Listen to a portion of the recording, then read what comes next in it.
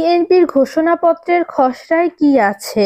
অন্তর্বর্তী সরকারের পক্ষ থেকে রাজনৈতিক দলগুলোকে যে খসড়া ঘোষণা দেওয়া হয়েছে তার ওপর পরামর্শমূলক ঘোষণাপত্র তৈরি করেছে দলটি। বিএনপি জুলাই গণঅভ্যুত্থানের এই ঘোষণাপত্রকে প্রোক্লেমেশন দেওয়া হয়। বিপ্লব হওয়ার পর দিলে তাকে ডিক্লারেশন বলে।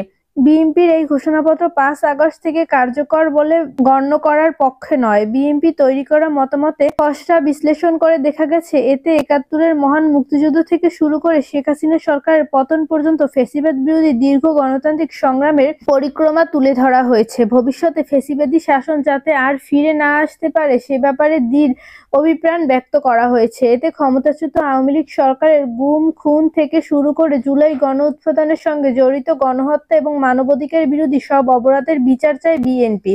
সরকারের পক্ষ থেকে রাজনৈতিক দলগুলোকে দেওয়া খসড়া ঘোষণাপত্রের মূল চেতনা এবং অক্ষুণ্ণ রেখে নানা সংযোজন এবং বিয়োজন করেছে বিএনপি। এই মতামতকে গুরুত্ব দিয়ে সরকারের ঘোষণাপত্র প্রণয়ন করা উচিত বলে মনে করে দলটি। মতামত বিশ্লেষণ করে দেখা যায়, সরকারের পক্ষ থেকে দেওয়া ঘোষণাপত্রে ৭২-এর সংবিধান বাতিলের কথা বলা হলেও বিএনপি তা পাশ কাটিয়ে পরবর্তী সংসদে তা সংস্কারের কথা বলেছে।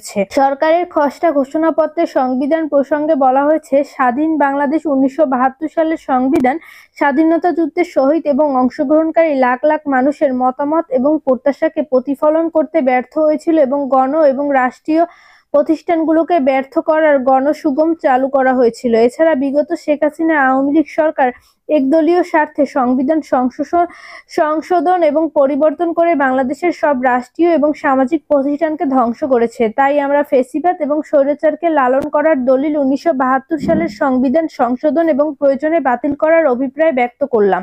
বিএনপির সঙ্গে দ্বিমত পোষণ করেছে ফ্যাসিবাদ পতনের পর সংবিধানের ১০৬ অনুচ্ছেদ অনুসারে সুপ্রিম কোর্টের মতামতের আলোকে সংবিধানে ডক্টর মোহাম্মদ ইউনূসের নেতৃত্বে ২০২৪ সালের ৮ আগস্ট অন্তর্বর্তী সরকার গঠন করা হয়। যেহেতু বাংলাদেশ জনগণের ফ্যাসিবাদ বিরোধী তীব্র আকাঙ্ক্ষা এবং ছাত্র জনতার গণউত্থানের মধ্য দিয়ে বৈষম্যহীন সমাজ এবং রাষ্ট্র বর্ণিমালনের অভিপ্রায় প্রকাশিত হয়, সেহেতু বাংলাদেশ জনগণ সুশাসন এবং সুষ্ঠু নির্বাচন এবং ফ্যাসিবাদী শাসনের পুনরাবৃত্তি বোধ এবং আইনের শাসন এবং অর্থনৈতিক সামাজিক ন্যায় বিচার নিশ্চিত করার লক্ষ্যে নিয়মতান্ত্রিক উপায়ে বিদ্যমান সংবিধান গণতান্ত্রিক সংস্কার সাধনের অভিপ্রায় ব্যক্ত করেছে।